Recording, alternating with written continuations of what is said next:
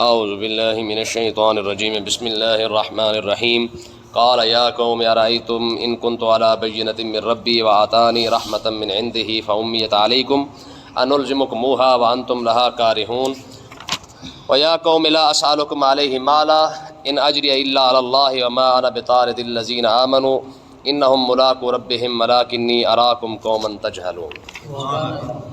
کل ہم نے پڑھا تھا کہ نوح علیہ الصلوۃ والسلام کی قوم نے آپ پر 3 اعتراض کیے تھے کہ آپ ہمارے جیسے بشر کیوں ہیں، ٹھیک ہے، پھر آپ نے غریبوں کو اپنے پاس کیوں بٹھایا ہوا ہے، اور دوسری بات یہ کہ کوئی دنیاوی لحاظ سے آپ کے پاس پیسہ اور طاقت اور پاور بھی نہیں ہے۔ یہ 3 اعتراض کیے نوح علیہ السلام پر۔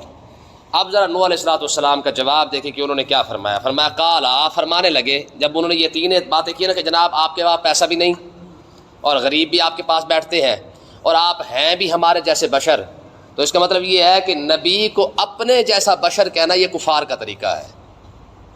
نبی کو اپنے جیسا، انہوں نے کہا جی ما نراک الا بشر مثلنا، آپ ہمارے جیسے بشر ہیں، ہمارے جیسے انسان ہیں، تو نبی کو اپنے جیسا بشر کہنا یہ کافروں کا طریقہ ہے، ٹھیک ہے۔ تو اللہ تعالیٰ نے ارشاد فرمایا قال، نوح علیہ الصلوۃ والسلام نے اب ان کو جواب دیا، فرمایا یا قوم، فرمایا میری قوم، ارأیتم ان کنت علی بینۃ من ربی، تمہارا کیا خیال ہے اگر میں اپنے رب کی دلیل پر ہوں، یعنی میرے رب نے مجھے دلیلیں معجزات عطا فرما کے بھیجے ہیں، وآتانی رحمۃ من عندہ، اور اس نے اپنے کرم سے مجھے رحمت عطا فرمائی ہے، یعنی نبوت عطا فرما دی ہو، فامیت علیکم، میں تم تو سارے اندھے ہو، تمہیں تو نظر نہیں آ رہا کہ میں اللہ کا نبی ہوں، ٹھیک ہے، انلزمکموها وانتم لها کارہون، تو میں تمہیں مجبور کیوں کروں گا، کیا میں تمہیں مجبور کروں گا، حالانکہ وانتم لها کارہون، تم تو میری اس تبلیغ کو پسند ہی نہیں کرتے ہو۔ تو نوح علیہ الصلوۃ والسلام فرمانے لگے کہ بھئی بات یہ ہے، تم تو کہتے ہو نا کہ میں نبی نہیں، اگر میں اللہ کی طرف سے نبی ہوا اور رب نے مجھے معجزات بھی عطا فرمائے تو تمہیں تو نظر نہیں آ رہے ہیں، تو جب تمہیں نظر ہی نہیں آ رہا ہے فامیت علیکم، فرمایا تم ہو ہی اندھے، تمہیں حق اور سچ نظر نہیں آ رہا ہے کہ 950 سال ہو چکے ہیں تمہیں سمجھاتے سمجھاتے۔ کون سمجھاتا ہے اتنا عرصہ، اتنا لمبا عرصہ کون کسی پر محنت کرتا ہے، کون کسی کو اتنا کھپتا ہے روز روز؟ اور میں نے آپ کو پہلے بتایا تھا کہ 950 سال نوح علیہ الصلوۃ والسلام نے تبلیغ پر لگائے ہیں نا، لیکن ایک دن بھی آپ گھر کے اندر صحیح سلامت واپس نہیں آئے۔ کوئی سوچ سکتے ہیں ایک دن بھی 950 سالوں کے اندر ایک دن بھی آپ کا ایسا نہیں تھا کہ آپ صبح سویرے گئے ہوں اور بغیر زخم کھائے بغیر تکلیف اٹھائے آپ گھر واپس آ گئے ہوں۔ 950 سال میں ہر روز آپ کو صرف اس وجہ سے تبلیغ کی تکلیف دی گئی کیونکہ آپ ہر روز ان کو دعوت دیتے تھے کہ یار اللہ کو مان لو۔ فرمایا کون اتنی محنت کرتا ہے؟ فرمایا میاں میری ڈیوٹی، مجھے رب نے یہ انعام عطا فرمایا، یہ نبوت کا منصب یہ مجھے رب نے عطا فرمایا، میں تو اس لیے ساری محنت کر رہا ہوں۔ اور اگلی بات دیکھو، انہوں نے کہا تھا جی آپ کیونکہ آپ کے پاس پیسہ شیسا کوئی نہیں ہے، آپ کے پاس مال نہیں ہے، تو آپ فرمانے لگے، فرمایا یا قوم، دوسرا جواب یہ ہے لا اسالکم علیہ مالا، تم یہ نہ سمجھنا کہ میں تمہیں تبلیغ جو کر رہا ہوں یہ پیسے کی وجہ سے کر رہا ہوں، کہ میں تمہیں تبلیغ کروں گا تو مجھے پیسے دو گے، میں تم سے پیسے کی وجہ سے تبلیغ نہیں کر رہا، میں تم سے کسی مال کا سوال نہیں کر رہا، میرا سمجھانے کا مقصد محض صرف اور صرف اللہ کی رضا ہے، تمہاری خیر خواہی ہے کہ یار تم کلمہ پڑھ کے بندے بن جاؤ اور بندے بن کے جو ہے تم اللہ کے کرم سے جو فوت ہو جاؤ تو اللہ تعالیٰ تمہاری بخشش فرما دے۔ میرا تم سے کوئی لالچ نہیں ہے، لا اسالکم علیہ مالا، میں تم سے کوئی لالچ کی بنیاد پہ تبلیغ نہیں کر رہا تمہیں، میں جو بھی کر رہا ہوں معاذ اللہ کی رضا کی خاطر کر رہا ہوں، میری ڈیوٹی تو رب نے لگائی ہے۔ تو اس کا مطلب یہ ہے کہ انبیاء ہوں یا علماء ہوں، یہ محض اللہ کے کرم ہے ان کے اوپر، انبیاء پر پہلے ہے، پھر اس کے انبیاء کے صدقے پھر اللہ تعالیٰ نے علماء پر یہ کرم فرمایا ہے، ان کو یہ منصب عطا فرمایا لوگوں کو سمجھانے کا۔ تو بغیر لالچ کے، بغیر کسی جناب اللہ کیا کہتے ہیں منہ متھا دیکھے حق اور سچ کو بیان کرنا یہ انبیاء کی بھی ذمہ داری ہے، انبیاء کے بعد علماء کی بھی ذمہ داری ہے، بغیر منہ متھا دیکھے، بغیر لالچ کے۔ جی ہمارے یہاں یہی بڑی مصیبت ہے نا کہ جب چودھری آ جائے تو پھر مسئلہ اور غریب بندہ آ جائے تو مسئلہ اور۔ تو دیکھیں ذرا کیا ہوا، فرمایا ان اجری الا علی اللہ، فرمایا میاں میرا اجر تو اللہ تعالیٰ کے پاس ہے، میں نے جو اجر لینا ہے، میں نے جو انعام لینا ہے وہ تو رب سے لینا ہے۔ یہ جو 950 سال کی تمہیں تبلیغ کر رہا ہوں تمہارے لیے نہیں کر رہا، میں جتنی کوشش کر رہا ہوں محض اپنے رب کی خاطر کر رہا ہوں۔ یہ تو قیامت کا دن آئے گا، اس کا صلہ، اس کا انعام، اس کا جو اجر ہے وہ میرے رب نے مجھے عطا فرما دینا ہے، تم سے میں نے کیا لینا ہے، کیا دو گے تم مجھے؟ ٹھیک ہے جی، اچھا اتنی بات ہوئی نا تو قوم کہنے لگی پھر آپ ایسے کریں، آپ ان غریبوں کو یہاں سے دور کریں، یہ جو آپ کے پاس غریب غربا آ کے بیٹھے ہوئے ہیں نا، ان کے ساتھ بیٹھتے ہوئے ہمیں شرم آتی ہے. سمجھ آئی؟ نوح علیہ الصلوۃ والسلام کو کہنے لگے بھی آپ غریبوں کو پھر ہم سے دور کر دیں. ان کے ساتھ بیٹھتے ہوئے ہمارا لیول خراب ہوتا ہے. ہم چودھری ہیں جی، ہم تو جناب بڑی بڑی بلا ہیں، تو ان کے ساتھ غریب غروبوں کے ساتھ ہمارا جو ہے گزارا نہیں ہوتا، ہمارا لیول خراب ہوتا. لوگ کی آخر گے بھی چودھری بھی نال بیٹھا تھا، نال غریب بندہ بھی نال بیٹھا ہوا ہے. اور یہ بیماری ہر دور کے اندر رہی ہے. آقا علیہ الصلوۃ والسلام کو ابو جہل اینڈ کمپنی نے یہی کہا تھا. انہوں نے کہا جناب بات یہ ہے، ٹھیک ہے آپ اگر ہمیں سمجھانا چاہتے ہیں تو آپ جناب بلال کو تو دور کریں نا ہم سے. غلام کہاں اور ہم کہاں؟ یہ تو ممکن نہیں ہے نا جناب. بلال بھی ساتھ بیٹھا ہو، ابو جہل بھی ساتھ بیٹھا ہو، عمار بھی ساتھ بیٹھا ہو، ابو لہب بھی ساتھ بیٹھا ہو. انہوں نے کہا یہ ہمارے وارے نہیں کھاتا، آپ نے ان کو غریبوں کو دور کرے. ٹھیک ہے جی، غریبوں کو اپنے پاس نہ بٹھایا کرے، ہمیں الگ تبلیغ کیا کرے، ہمیں الگ تبلیغ کرے، ہمیں جو ہے ان کے ساتھ نہ بٹھایا کرے، ہمارا لیول خراب ہوتا ہے. تو یہی بات نوح علیہ الصلوۃ والسلام کی قوم نے کہی. انہوں نے کہا جناب یہ جو غریب غروب آپ نے ساتھ بٹھائے ہوئے ہیں نا، ان کو آپ ذرا سائڈ پہ رکھے، ہمیں الگ سے تبلیغ کرے. تو آپ نے کیا ارشاد فرمایا؟ ذرا جواب دیکھو یار نوح علیہ السلام کا. آپ نے ارشاد فرمایا، اللہ تعالیٰ نے فرمایا وما انا بطارد الذین آمنوا، فرمایا میں ان ایمان والوں کو اپنے آپ سے دور نہیں کروں گا. ہاں تم یہ سوچ رہے، اگر تمہارے دماغ میں گند ہے، یہ جو کلمہ پڑھ کے صبح و شام بیٹھے ہوئے ہیں، اللہ تعالیٰ نے انہی کے بارے میں حضور کو ارشاد فرمایا محبوب ان کو اپنے آپ سے دور نہیں کرنا ہے، ان کو اپنے آپ سے دور نہ کریں. کیوں؟ میں ان کی شان یہ ہے کہ یہ 24 گھنٹے محض اللہ کی رضا کی خاطر آپ کے پاس بیٹھے ہوئے ہیں. ان کے دل، غریبوں کے دل میں کوئی لالچ نہیں ہے. اور نوح علیہ السلام نے بھی یہی بات کی. آپ نے ارشاد فرمایا ما انا بطارد الذین آمنوا، فرمایا خبردار یہ بات نہیں ہونی ہے کہ جناب تمہارا لیول الگ ہے اور ہمارا لیول الگ ہے. اسلام کے اندر امیری شمیری نہیں دیکھی جاتی ہے. ٹھیک ہے جی. حضرت فاروق اعظم قریشی بھی ہیں، خاندان قریش میں ہے نا، آپ کا تعلق خاندان قریش کے ساتھ ہے، قریشی خاندان سے تعلق ہے فاروق اعظم رضی اللہ عنہ کا. ٹھیک ہے. لیکن اسلام کا کمال آپ دیکھیں، مسجد نبی میں بیٹھے ہوتے، حضرت بلال رضی اللہ تعالیٰ عنہ تشریف لاتے نا کبھی کبھار، جب مسجد نبی میں حضور صلی اللہ علیہ وسلم کے وصال کے بعد صدیق اکبر کا وصال ہو جاتا تو امیر المومنین تھے، بیٹھے ہوئے ہیں، تو آپ پتہ کیا فرماتے کہ ھذا سیدنا بلال، فرمایا کہ ابو بکر سیدنا و آتک سیدنا بلال، فرمایا کہ ابو بکر بھی ہمارا سردار ہے اور یہ بلال بھی ہمارا ہی سردار ہے. ٹھیک ہے. اسلام نے کہاں جا کے کھڑا کیا ہے کہ ایک قریشی اور سید نسل قریشی. لیکن یہ خاندان کا ایک ہوتا تو ہے نا، غرور تو ہوتا ہے نا کہ ہم فلانے خاندان سے تعلق رکھتے ہیں. ٹھیک ہے. تو حضرت بلال، حضرت فاروق اعظم فرماتے خاندان قریشی خاندان کا بندہ، کہتے تھے کہ ابو بکر سیدنا، ابو بکر بھی ہمارا سردار ہے، وہ بھی قریشی ہے، لیکن وہ آتک سیدنا بلال، فرمایا یہ جو بلال جو ہارا ہے نا، اس کو آزاد کروانے والا ابو بکر بھی ہمارا سردار ہے، یہ بھی ہمارا سردار ہے. یہ اسلام کی خوبی ہے کہ اسلام کے اندر نہ جٹ ہے نہ بٹ ہے نہ کھوکر نہ رہی، چکر ہی کوئی نہیں.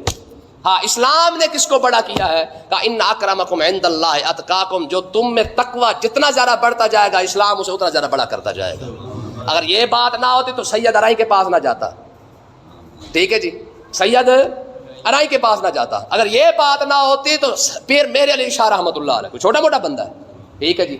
آپ کہاں جا کے بیعت ہوئے؟ سیال شریف کے اندر. تو لوگوں نے پوچھا، انہوں نے کہا جناب سید بادشاہ ہو کہ آپ نے وہ جٹوں کے پاس چلے گئے. انہوں نے آپ نے فرمایا جو الفاظ نا پیر میرے علی شاہ کے وہ بڑے لاجواب الفاظ تھے.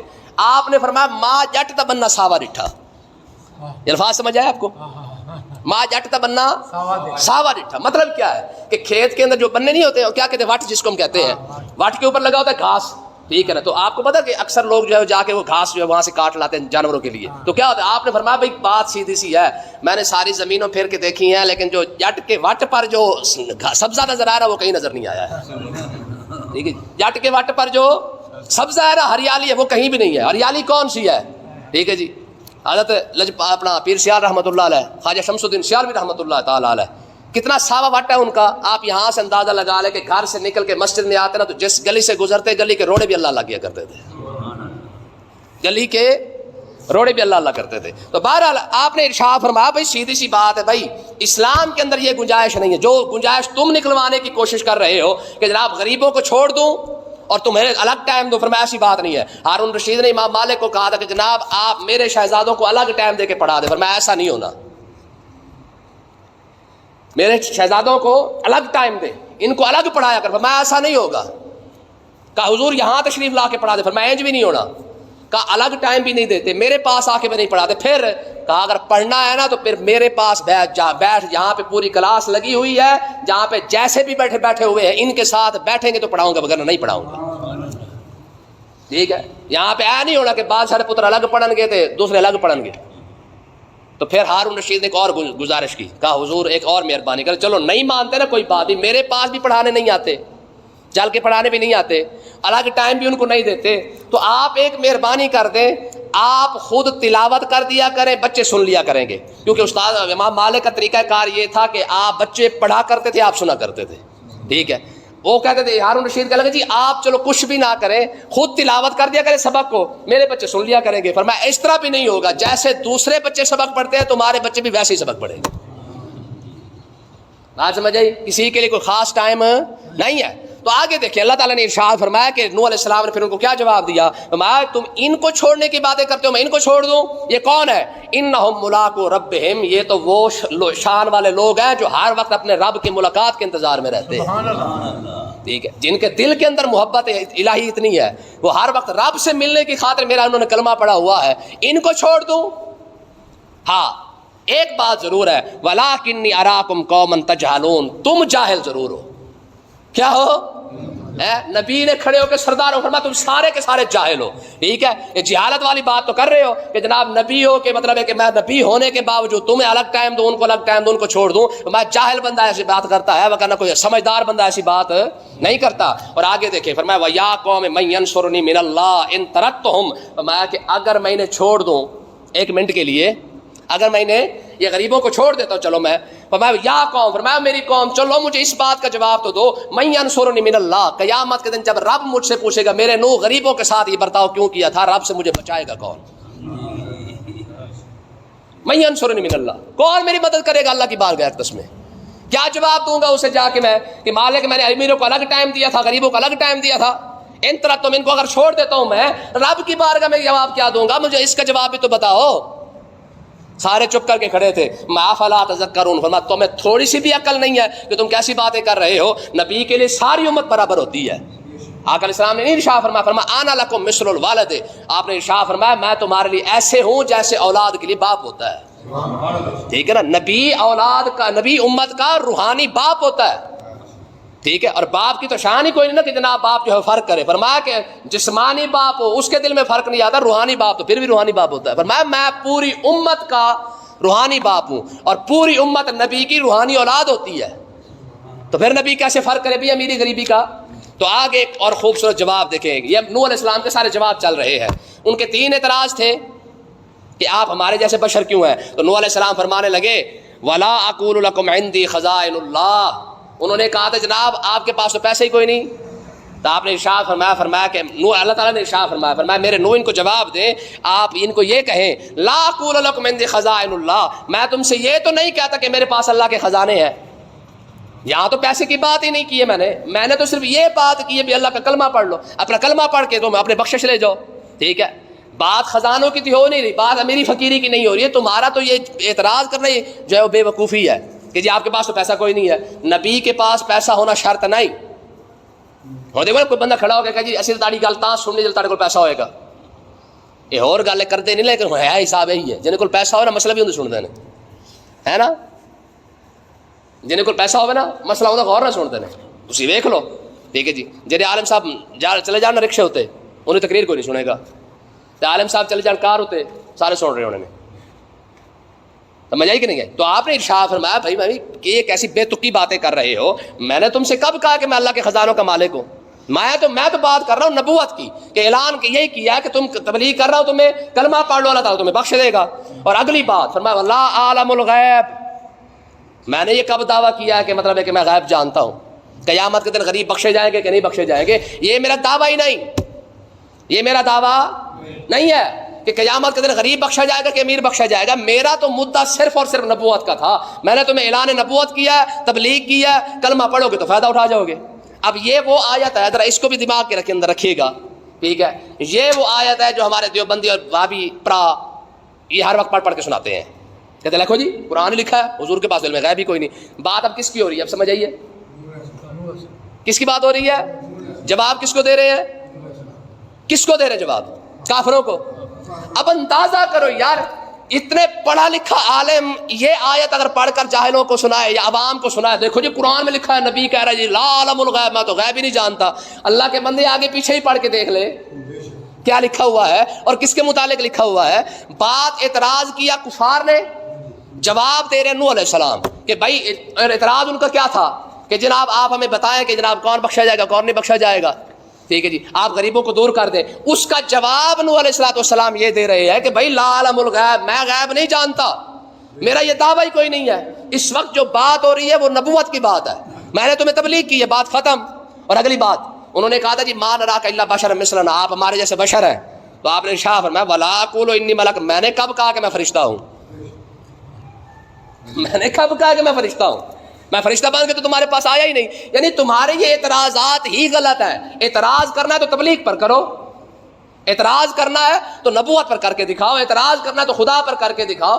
میں تمہیں کہہ رہا ہوں کلمہ پڑھ لو، اللہ تعالیٰ تمہاری بخشش کر دے گا۔ تم کہتے ہو جی تو آپ تو ہماری طرح انسان ہے، آپ کے پاس پیسے ہی کوئی نہیں، ٹھیک ہے جی۔ یہ تو وہی گل مثال ہوگی نا کہ اگر کوئی بندہ کہو میاں ایتھے پاس نہ جائیے ڈاکو کھڑے ہوئے نے، تو بندہ کہ تو کاٹن تو سوٹ ہی نہیں پایا ہوا ہے، تو ساڑی ورگا ہے، تو کاٹن تو سوٹ ہی نہیں پایا ہوا، تیرے کو پیسے ہی کوئی نہیں ہے، تیری تیاری بھی ڈاکو نال کوئی نہیں، تیری تیاری غریباں نال ہے۔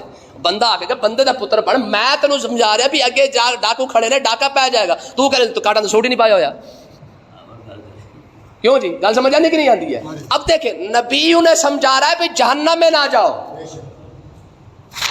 کافر بن کے جہنم میں نہ جانا، اور بچ جاؤ جہنم تو بچ جاؤ قبر کے عذاب سے۔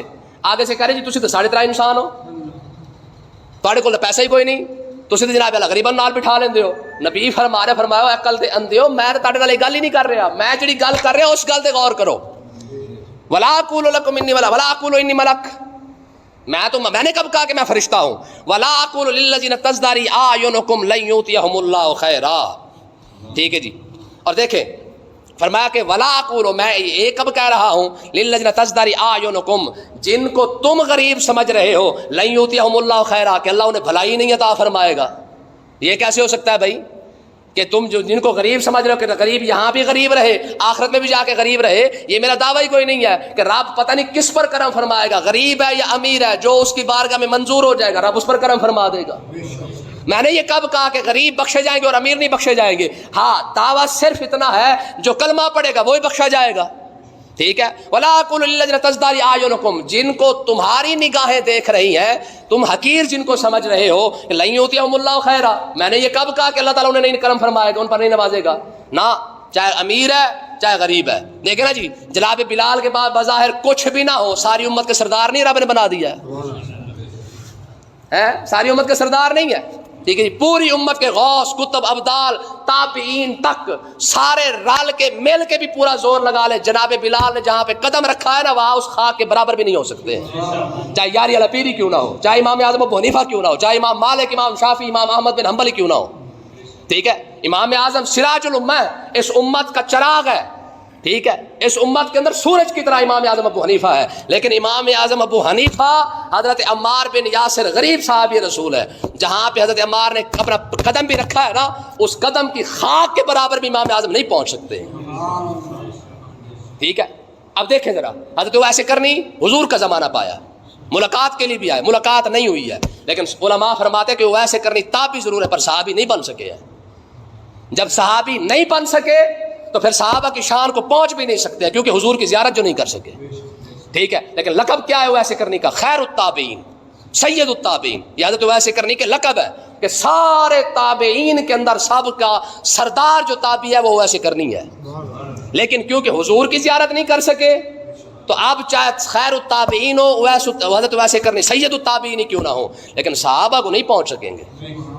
سمجھ آئی کہ نہیں آئی ہے؟ تو اللہ تعالیٰ نے ارشاد فرمایا بھائی سیدھی سی بات ہے کہ چاہے پوری امت دل کا زور لگا لے، صحابی کو رب نے اتنی بڑی شان عطا فرما دی ہے، یہ ساری امت مل کے بھی صحابی کے خاک کے برابر بھی، پاؤں کے لگنے والی خاک، صحابی کو چھوڑو یار، صحابی کی جوتی کو بھی چھوڑو، صحابی کے جوتی کو لگنے والی خاک کے برابر بھی نہیں۔ اللہ عالم بما فی انفسہم، فرمایا کہ اللہ تعالیٰ جانتا ہے جو کچھ ان کے دلوں کے اندر ہے، جو ان کے دلوں میں ہے وہ اللہ ہی جانتا ہے. انی ذل من الظالمین، اگر میں ایسی بات کروں یعنی غریبوں کو اپنے آپ سے دور کر دوں تو پھر تو میں خود ظالم بن گیا. نبی ہو کر جناب اعلیٰ جناب اتنا بڑا فرق کر رہا ہے کہ امیر الگ اور غریب الگ. نا نا نا، نبی کیونکہ معصوم ہوتا ہے، نبی تو سوچتا بھی نہیں ہے کہ امیر کون ہے اور غریب کون ہے.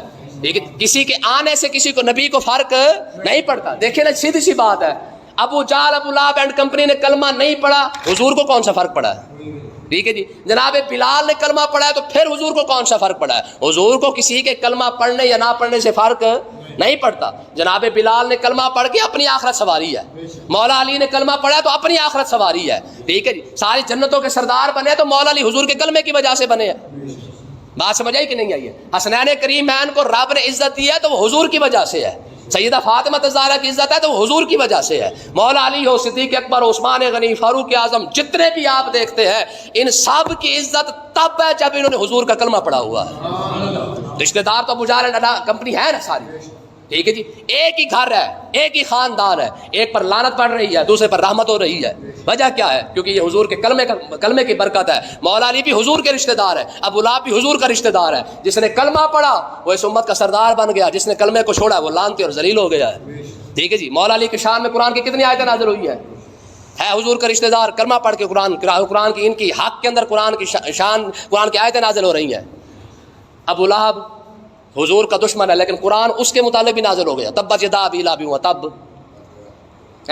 قرآن تو اس ابو لہب کے بارے میں بھی نازل ہوا، لیکن کیا ہے؟ ابو لہب پر قرآن لعنت بھیج رہا ہے اور مولا علی پر رحمت ہو رہی ہے. تو اس کا مطلب یہ ہے کہ جس نے کلمہ پڑھ لیا امت کے اندر شامل ہو کر اللہ تعالیٰ نے اس پر کرم فرما دیا ہے. جس نے نہیں پڑھا جہنم کے اندر چلا گیا، چاہے حضور کا رشتہ دار ہی کیوں نہ ہو.